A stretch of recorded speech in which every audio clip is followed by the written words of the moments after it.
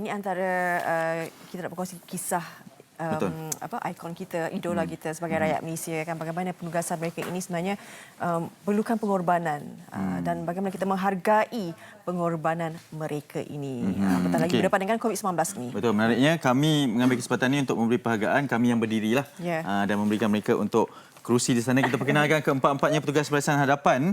Di hujung sana adalah Zainatul Sohada Musa, pegawai kastam. Betul, sebelah Ahmad Razali yang mana satu? Okey, Ahmad Razali Abdul Razak, juga penguasa kastam. Syarifuddin Muhammad Kifli. Saya. Oh ni, okey, pegawai bomba. Dan juga Hafner Anak Gimas, pegawai bomba. Maksudnya bomba dan kastam bergabung. Betul, meletup. Meletup. Apa khabar keempat-empatnya? Baik. Yang pertama, terima kasih kerana sudi bersama dengan kami. Mungkin kita ingin mengambil kesempatan ini untuk bertanyakan sendirilah keadaan petugas barisan hadapan. Sekarang ini mungkin lebih ringan sikit lah, bukan berbanding dengan ketika PKP tempoh hari. Mungkin boleh mulakan terlebih dahulu bagaimana perasaannya tempoh hari dan sekarang?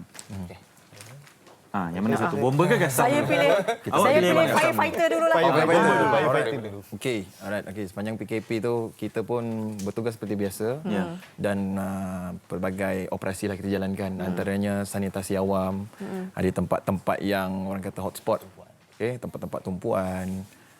Lepas tu macam saya pula bertugas di negeri Johor. Okey, di Johor Bahru pula, memang berdekatan dengan sempadan Singapura. Sempadan Singapura. So memang kita antara balai saya ini memang terlibat untuk kita buat sanitasi semasa mereka melakukan perpindahan lah. Maknanya yang pekerja daripada Malaysia yang dekat Singapura balik tu, kita akan tempatkan diorang dan kita karantin selama 14 hari di tempat-tempat yang tertentu lah. Macam tu. Syarifuddin dah berkeluarga. Siapa? Syarifuddin dah berkeluarga. Saya dah berkeluarga. Jadi bagaimana ketika penugasan tu kan? Kalian melakukan penugasan sanitasi juga agak berisiko tinggi kan? Betul. Jadi keluarga macam mana? Keluarga macam saya tinggal berdua dengan isteri. So isteri memang dekat rumah. Bila saya pergi sanitasi tu, saya akan pastikan yang saya lebih kurang 12 jam lepas habis operasi tu baru saya dapat balik rumah. Itu pun setelah saya apa kita panggil? Hazmat? Dikontaminasi. Macam tu. Okey, ini bomba, pengalaman dari bomba. Kastam bagaimana? Okey, kastam kita masih sama juga, tapi kita bagi kepada dua lah. Satu bahagian pengurusan memang kita tak bertugas lah. Tapi untuk bahagian operasi, contohnya macam bahagian border, sempadan, itu kita memang bertugas seperti biasa. Cuma awal-awal tu kita nampak lah, kalau macam saya bertugas di cawangan import BSI, Johor Bahru lah.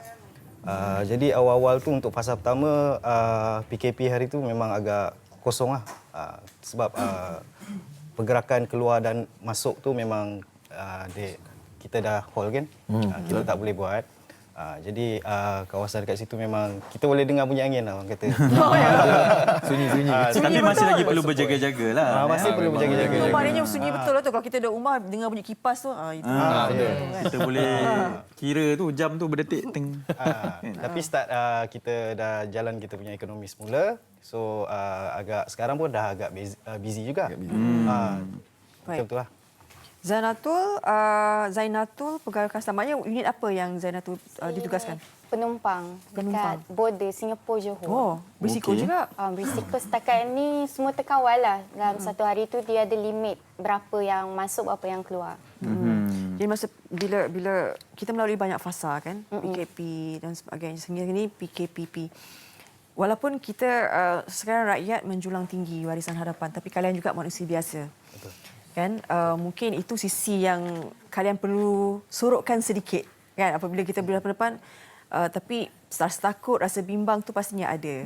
Zainatul sendiri sebagai seorang perempuan kan, bagaimana untuk mengimbangi perasaan itu antara tugas dan juga perasaan takut dan bimbang? Perasaan takut dan bimbang. Saya ambil positif dari semua benda. Kerja Kena buat je lah kerja. kena buat juga. Kerja is kerja. Tapi rasa ada satu tekanan tak macam Selalu. Ini kita bercakap berkenaan dengan kemanusiaan lah. Kita sebagai insecure juga sebab kat tepi siapa yang positif COVID-19 kita tak tahu. Betul. Betul. Jadi kena aware lah. Aware, sentiasa pakai mask. Sebab kita Setiap kali nak keluar. Saya kerja pun dari tempat kerja ke rumah pun tak berapa nak jauh. Tu pun kadang jalan kaki tu pun rasa macam Tak selamat. tak Bimbang. selamat. Tapi kalian ni adalah yang di Barisan Hadapan kan? Safna sama di Johor juga? Ya, saya. Satu balai. Satu balai. Satu balai. Satu balai. Mengetahui risiko lah kan? Akan ada risiko. Kita berdepan dengan musuh yang tak kelihatan ni. Bagaimana memotivasikan, tak keluar pula ayat tu, memotivasikan diri dan juga squad ni untuk terus bahawa kita lah yang menjadi harapan sekarang ni. Okey, untuk memotivasikan kita punya squad kan semua kan. Okey. Perkara paling penting tu keselamatan dirilah. Keselamatan diri untuk menjaga diri kita sendiri dahulu sebelum kita menjaga diri anggota yang lain daripada COVID-19 ni kan. Okey. Okey, dah habis. Dah. Betul. Jaga diri dulu. Jaga diri dulu. Sepanjang dalam kita berdepan dengan kebakaran, kes kebakaran macam mana? Banyak tak? Kok orang duduk rumah main api, bosan-bosan. Apa insiden-insiden yang pernah terjadi masa PKP ni? Kalau untuk sepanjang PKP ni kan, saya pegawai yang memantau panggilan-panggilan kecemasan. Okey, dalam tempoh PKP semua ni agak dapat nampak penurunan lah dari segi kebakaran, kemalangan, paling-paling kemalangan.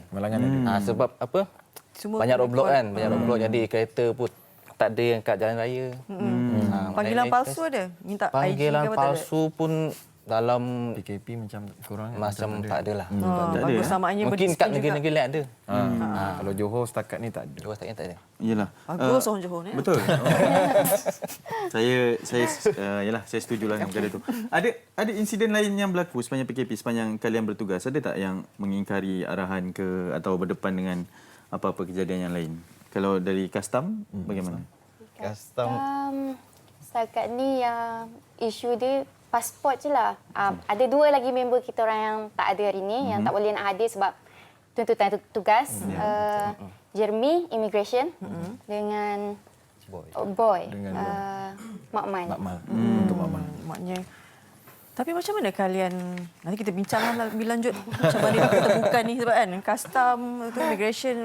Betul. Cuma nampak titik pertemuan tu Johor lah. Yes. Ke-6 ni. Okey, tapi menariknya masing-masing dengan pakaian. Ya, ini melambangkan baju ni lah. masing-masing. Unofficial. Unofficial. Tapi ada situ COVID-19. COVID-19, frontliners. Kita jaga kita. Ni firefighter Malaysia. Okey. Apa pun terima kasih banyak kerana sudi Terima berkongsi kasih. sikit pengalaman bersama dengan kami.